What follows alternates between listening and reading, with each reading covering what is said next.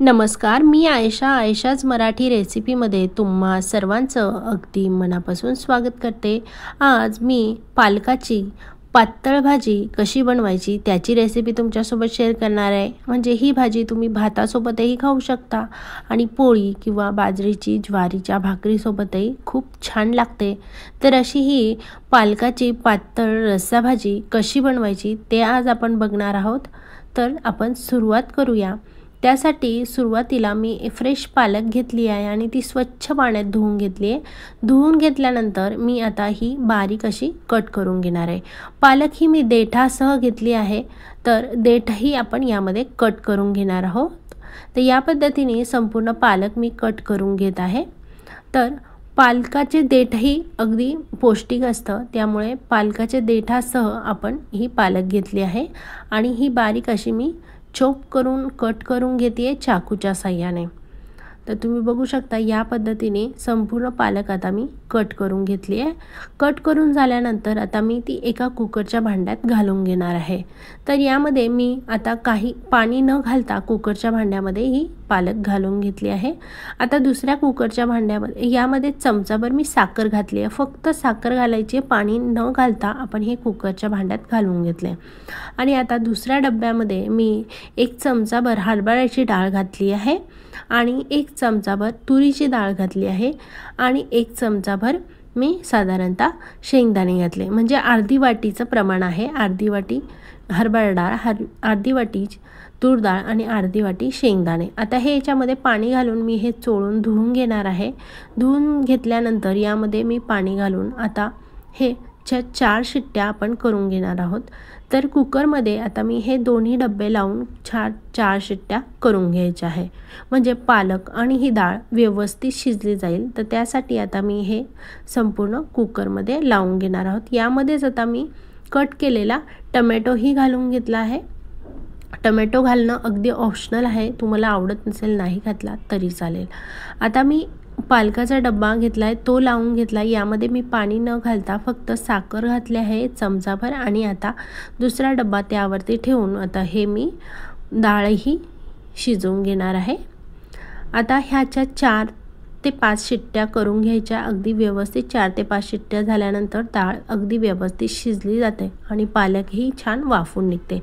आता तोपर्यंत आपण वाटण तयार करून घेऊया. त्यासाठी आता मी 4 ते 5 हिरव्या मिरच्या घेतल्या आहे. हिरव्या मिरच्यांमध्ये मी आता लसूण घेतला आहे. लसणाचं प्रमाण जास्त घेतलं आहे, म्हणजे 10 ते 12 लसूण मी घेतला आहे.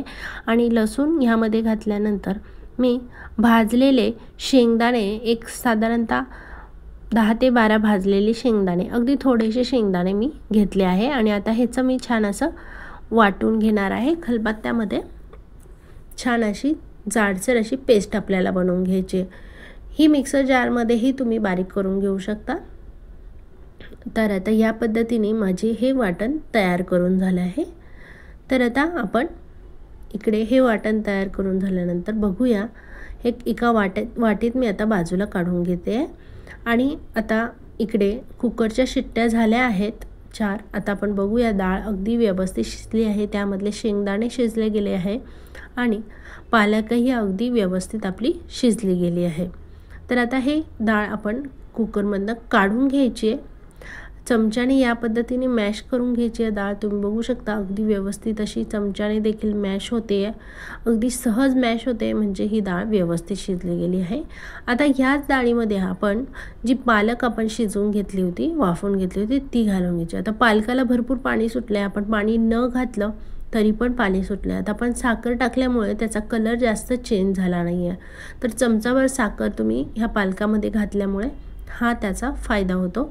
तर 1 चमचाभर साखर घातल्यामुळे बिलकुल कलर न चेंज झाल्यामुळे थोडासा डार्क असा कलर भाजीचा आलेला आहे. आता हे संपूर्ण पालक आपण डाळीमध्ये घालून घेतली आहे आणि हे व्यवस्थित असं मिक्स करून घ्यायचं आहे. आता इकडे आपण फोडणीची तयारी करणार आहोत. याची आता आपण छान अशी फोडणी तयार करून घेणार आहोत.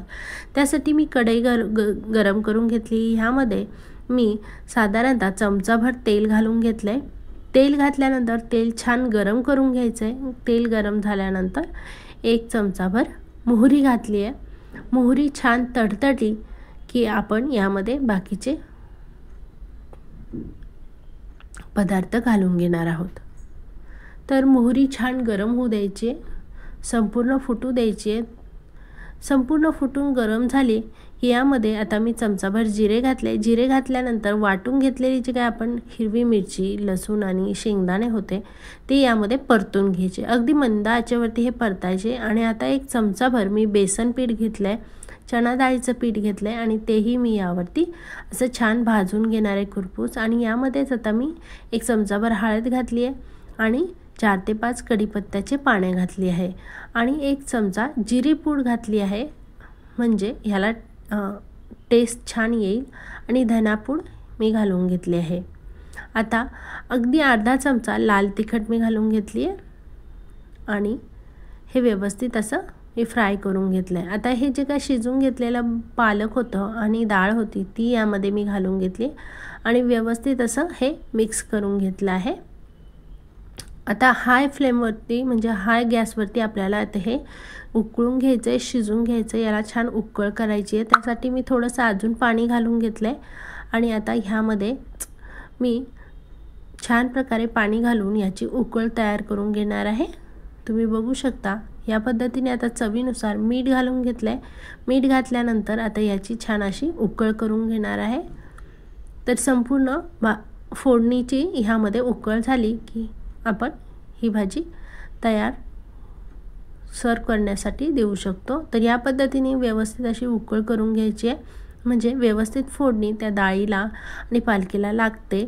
तर ही उकळ झाल्यानंतर आपण ही भाजी भातासोबत किंवा पोळीसोबत सर्व करू शकतो. तर मंडळी, तुम्हाला ही रेसिपी कशी वाटली याबद्दल मला नक्की कमेंट करून सांगा. आवडली असेल तर नक्की लाईक करा आणि अशाच नवनवीन रेसिपीचे व्हिडिओ बघण्यासाठी पटकन चॅनलला सबस्क्राईब करा, बेल आयकॉनला पटकन क्लिक करा.